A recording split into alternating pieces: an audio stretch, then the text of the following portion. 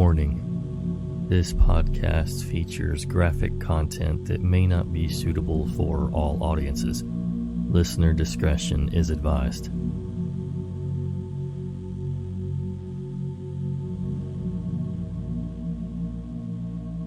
Hello again, Nightmare Society, and welcome to another episode of True Horror Stories. Let's start out by thanking our contributors who, without them, we would have no stories to tell. User Persephone Bean, User That Guy Kyle, User Being Melissa, User Brittany Ballistic, and User Cipriano3. I'd also like to thank and welcome Jeanette D.A., that could be Janet, I'm sure I'm screwing all these names up, and Thomas M. as the newest members of our online campfire at patreon.com/Nightmare Society, where you can find early access, commercial-free, regular episodes, as well as bonus episodes. Nightmare Society is a weekly podcast coming out every Thursday. It is available on most pod streamers, including Apple, Google Podcasts, Spotify, Stitcher, Podbean, Pocket Cast, etc. So don't forget to follow and or subscribe so you can get episode notifications. And please do go follow us over on YouTube because I know you have a YouTube. We would really appreciate it. Now, get comfy and prepare yourself for another episode of The Nightmare Society.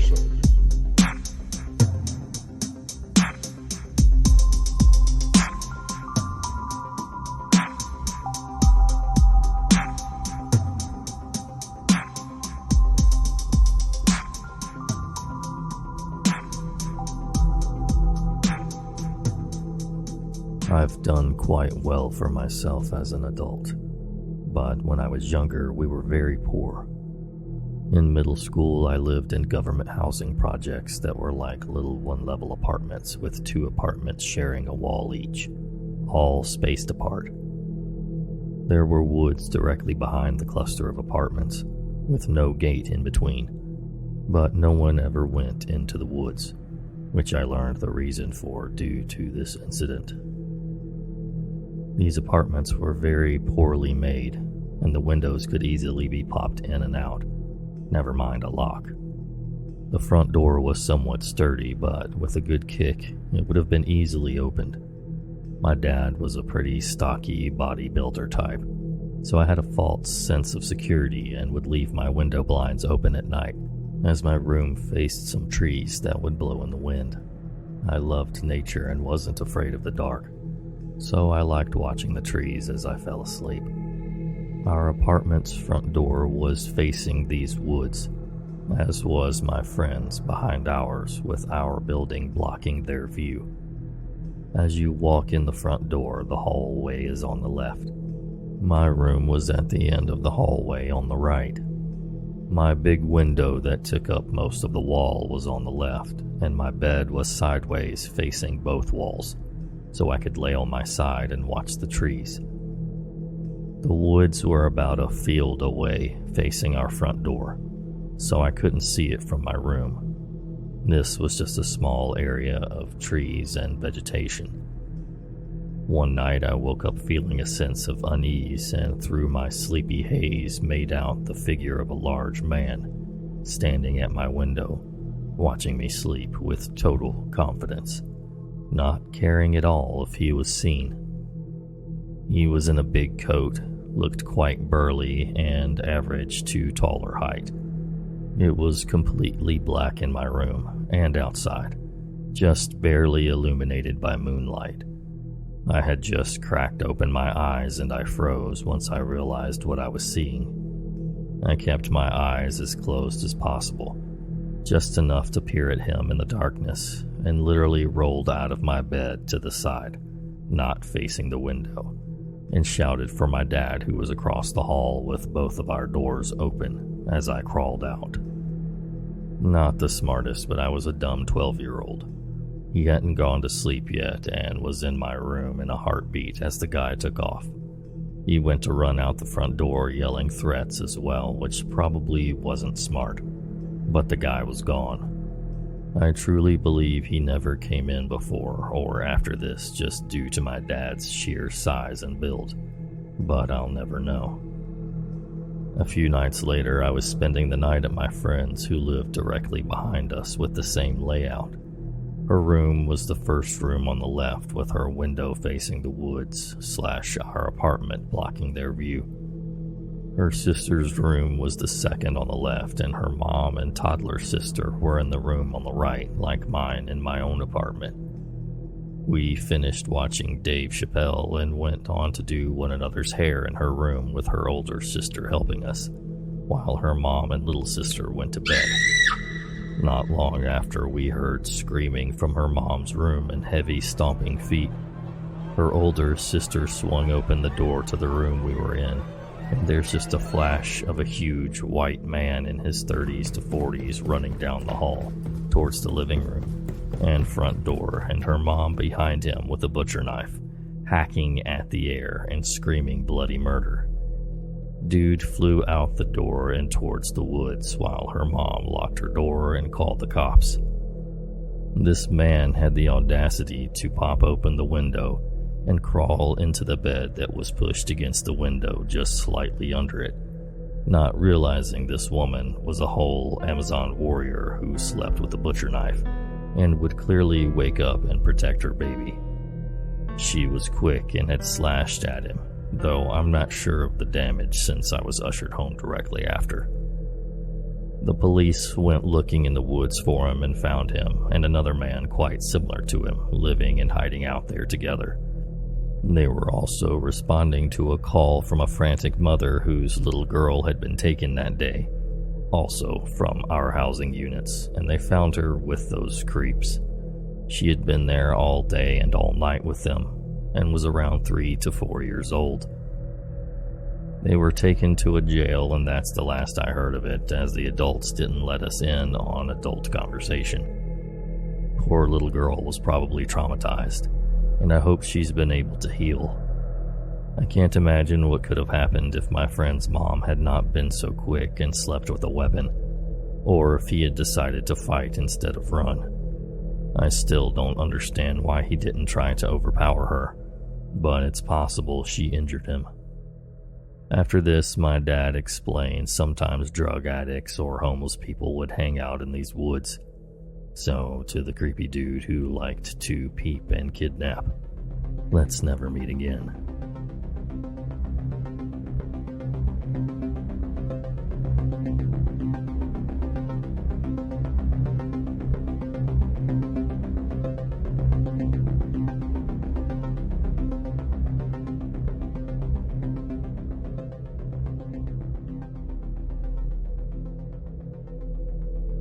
I attended a pretty awful university in the UK.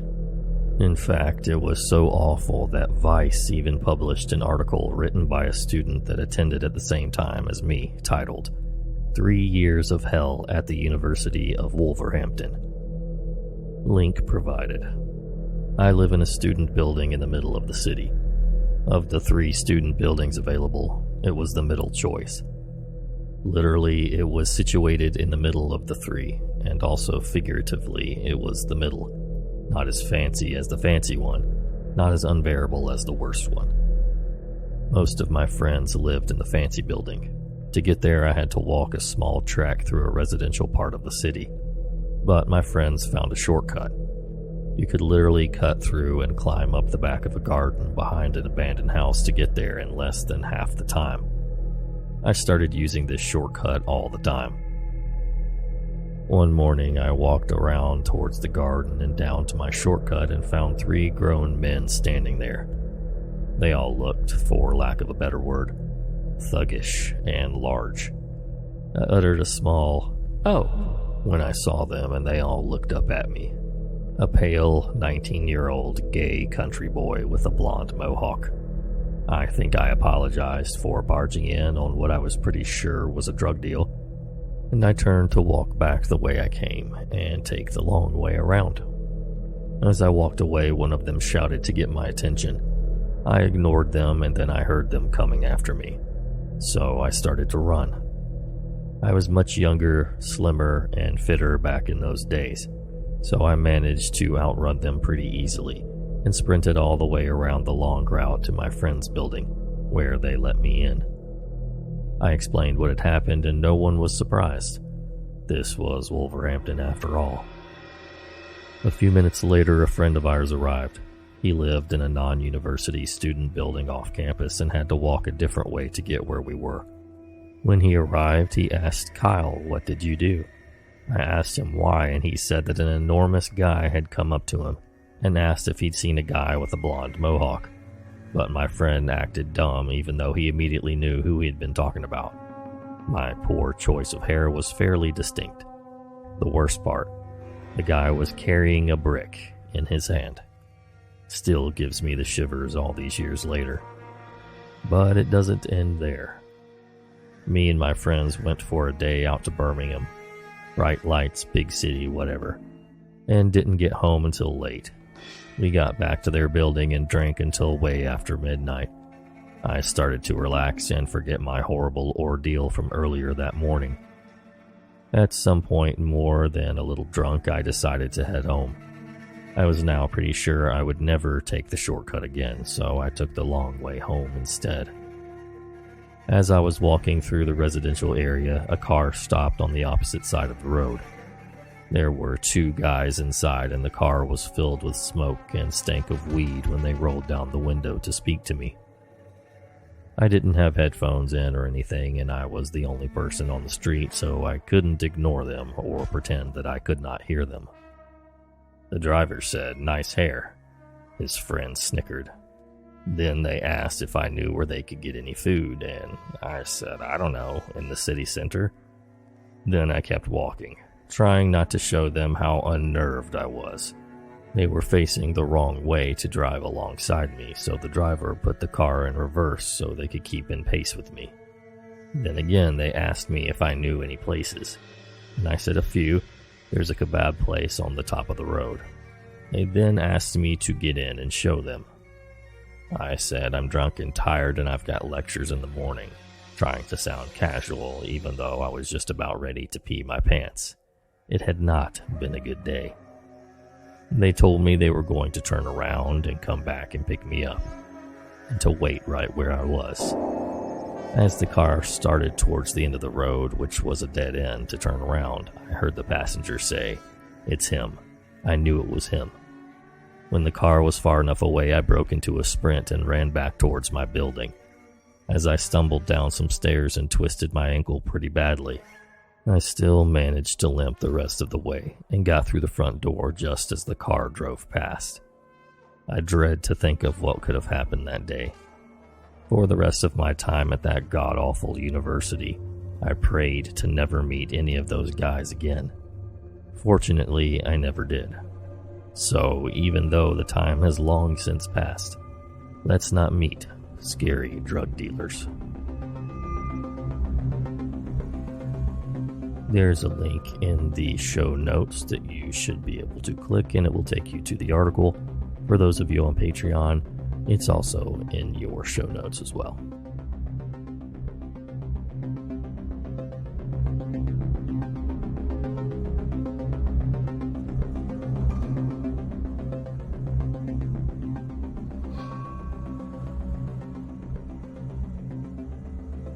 I was a 17-year-old college student in France when all of this happened.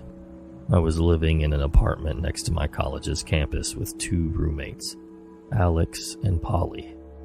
I was coming back from class around 5:30 p.m. when I saw a guy waiting in front of our building. It was the kind of old building where you can enter without ringing. It was a big residence, so I just passed by him without really caring about why he was here.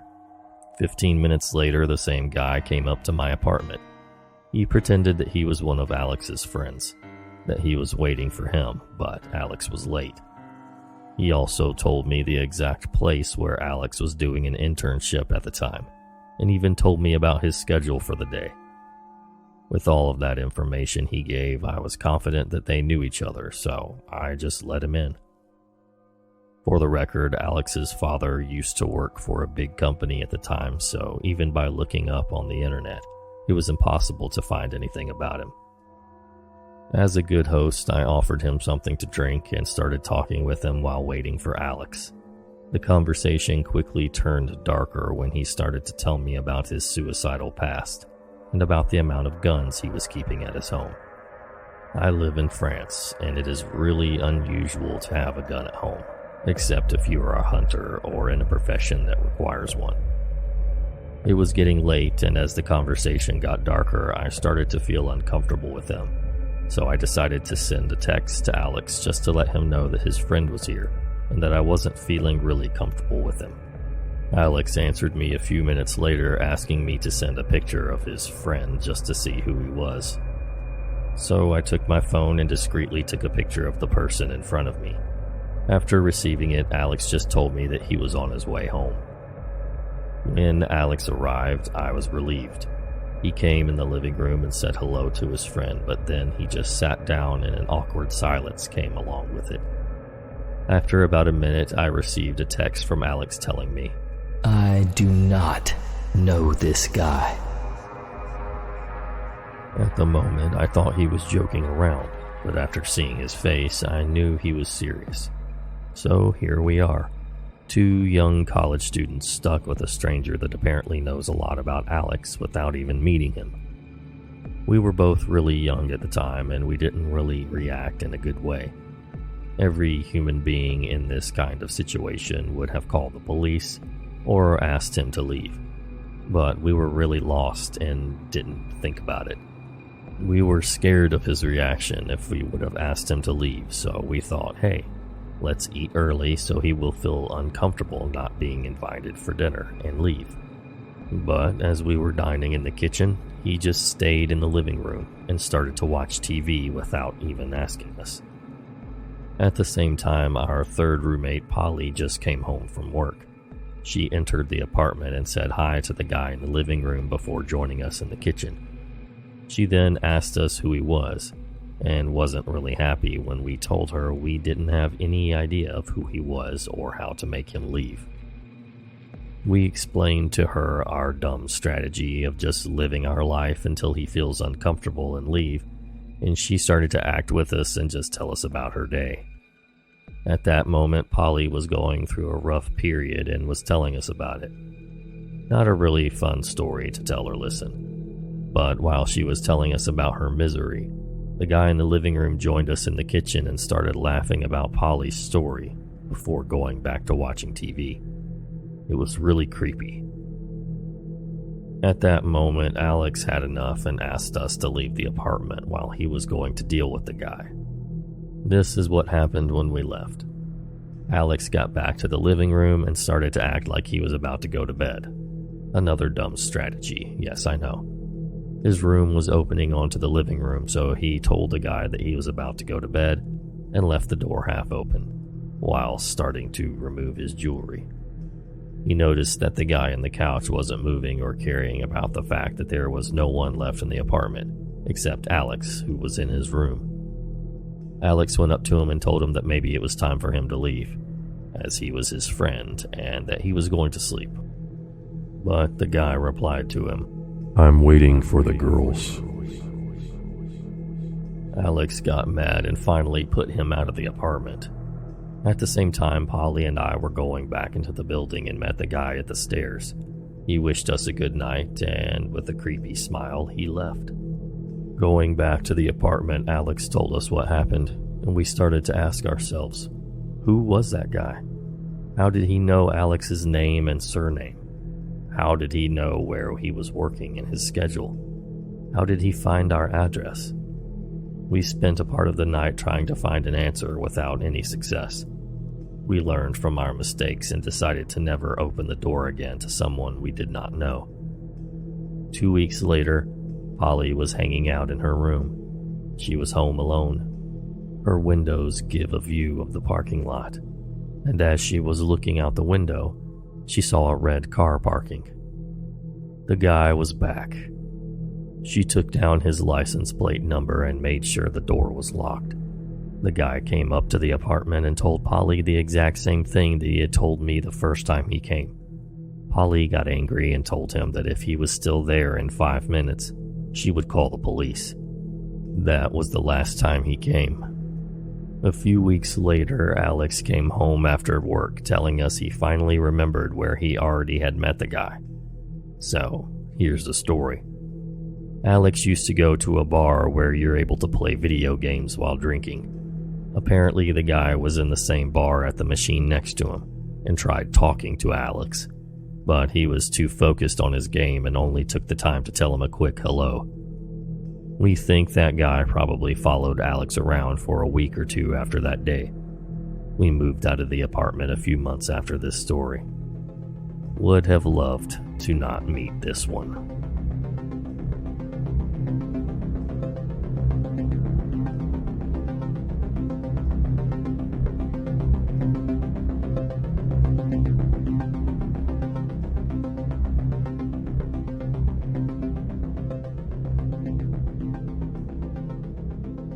So our oldest son, Caden, was 3 at the time, and our youngest son, Connor, was around 5 months old.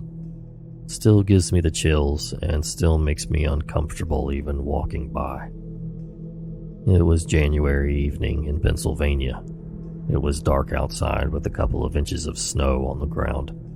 We had just finished eating dinner and I planned on giving our little one a bath. My husband drives a truck for work, so he isn't home very often. It's me and the boys during the week. Caden was playing in his toy room that has a door leading to the side deck. A little detail, we have no sensor light or even a porch light on that whole side of the house. At this time, we did not use the deck at all, only to use our grill during the summer months. It's not close to the sidewalk or the next street over. Basically an open space of yard off of that deck.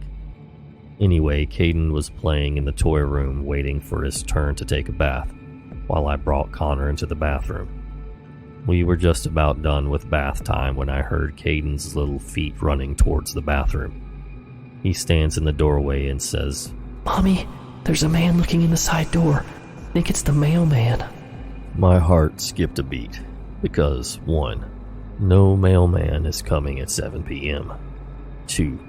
The side door, as he called it, was never used, especially not in the winter. 3. I did not hear anyone knock. I began to sketch myself out more by thinking about how there's no light on the deck, and this person would have to walk through the yard, in the snow, walk up the back stairs of the deck, and go to that door when the front porch light was on and attached to a shoveled sidewalk. I took Connor out of the bath, put him in a towel in his little chair and told Caden to sit with his brother and not to come out until I said it was okay. He was confused but listened, just kept asking what was wrong. I grabbed the biggest kitchen knife I could find, had 911 ready to call, and got my mama bear face on. When I walked to the side of the door, I shined the flashlight on my phone through the window of the door at a distance, walking up to it, hopefully to scare someone away. It's made mostly of glass. The worst thing with this is, as a mother, I reached for the handle and realized it was unlocked. Someone could have walked right in. I flung the door open and shined my light, held up my knife and yelled, "Hey!" in the most threatening voice a 5'4", 120-pound woman could make. There were footprints in the snow, going up the deck stairs and back down, going into the field and the woods behind our house. I slammed the door, thoroughly freaked out, and locked it. I called the police and waited in the bathroom with the boys. While I was in there, I asked Caden if he knew who the man was. He said no, but he smiled and waved at him for a long time. That freaking haunts me still. I asked him what he was wearing. He told me he had a hat on that looked like a mailman's, and he wasn't wearing a coat. That's all I got out of him. The police officer came and searched the property with flashlights before coming inside. He asked me and Caden questions and then informed me that he not only saw footprints leading up to the side deck, but to the outside door to our basement and kitchen window on the other side of the house as well. He suggested I have someone come and stay with us for the night, and they will continue to follow the footprints around that were left in the snow back to the field and the wood line. My father-in-law was the closest to us, so he slept on the couch that night with his gun. My mother was a nervous wreck, and I got very little sleep that night, and I never heard back from the police. I'm guessing the tracks were lost through the bit of the woods. Caden still mentions it from time to time randomly, and we got a blackout curtain for that door. I still would very much like to get better locks to be safe. My husband and my father think it might have been a man who saw me home alone while passing and wanted to hopefully sneak a peek. But why just stand and watch my child and go around the whole back of the house, not by the front door or the street? I hope to never see that creep's face, and I hope he never smiles or waves to my child again.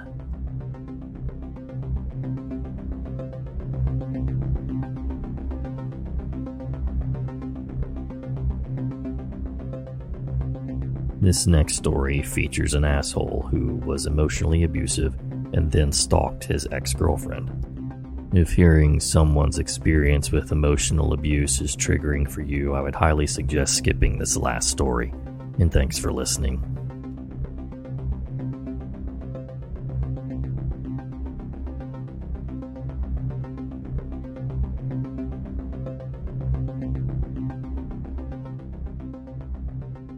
I met John at a party when I was 21. He was handsome and a very smooth talker. Honestly, I hated him the first time we talked. He stole my hat and refused to give it back until I gave him my number. Instead of listening to my gut, I gave in. We ended up texting back and forth and eventually decided to go on a date. Turned out John lived just around the corner from me. Right off the bat, he told me about his mental health issues: bipolar, OCD, depression, and anxiety. He assured me that he was taking medication for all of them. I was studying psychology in college and thought my knowledge of mental health could be beneficial to our relationship. I opened up to him about my own traumas and hardships, which bonded us. After a couple of months, I started to notice something was off. He would have these grandiose ideas about our relationship and his future for about a week or two. Then, after some time, he would stop going to work. He'd lie about it all day, until he finally would blow up on me, telling me he was so anxious to go, he spent the whole morning throwing up. I tried to be supportive of him.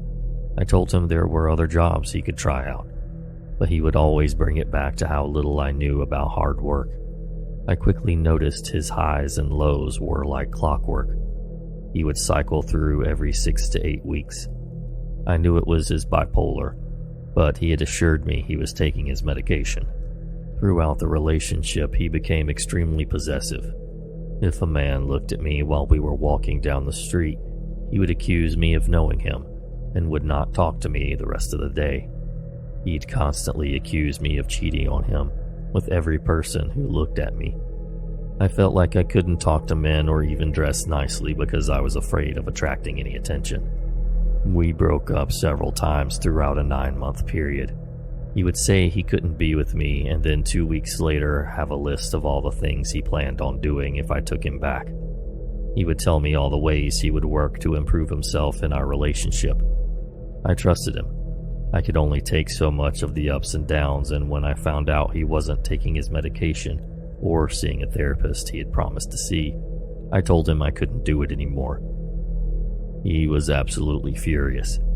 He texted me long rants about how worthless I was, how no one would ever want to be with me or connect with me. I was too privileged to ever make a difference in life.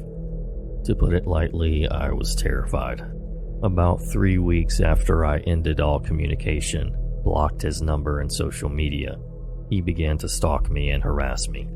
Living so close was suddenly only convenient for him and my own personal hell. One night around 3 a.m., I heard pounding on my window. I was terrified. I couldn't move. The pounding grew louder and more intense. I slowly slipped out of my bed and onto the floor. It was then that he started calling my name. After about 15 minutes of fear, it was quiet. I called my mom and then the police. The police found a piece of paper taped to my door in red scribbled lettering. It said that he knew we belonged together and that he would make sure we ended up together. I was shocked. The police told me that since the relationship was so on and off, that it was my fault. I needed to be more clear about what I wanted. Throughout the next couple of months, he would show up outside my bedroom window and watch me. I continued to call the police, who told me that I didn't need to file a report and that just calling was good enough. He also began using his friend's social media to harass me, begging me to give him another chance. He even emailed my school email to attempt to get me to talk to him. I eventually contacted the school, who personally delivered a letter to him banning him from the campus. This only made him more angry. He texted me from a friend's phone telling me that unless I texted him back, he would come to the campus whenever he wanted, just to intimidate me. That was the final straw. I went to the police and filed a report. Eventually, he found a new girlfriend and the stalking stopped. However, just last week I was taking the train and saw him staring at me from a train car. His eyes were so dark and empty. I truly hope I never see or hear from him again.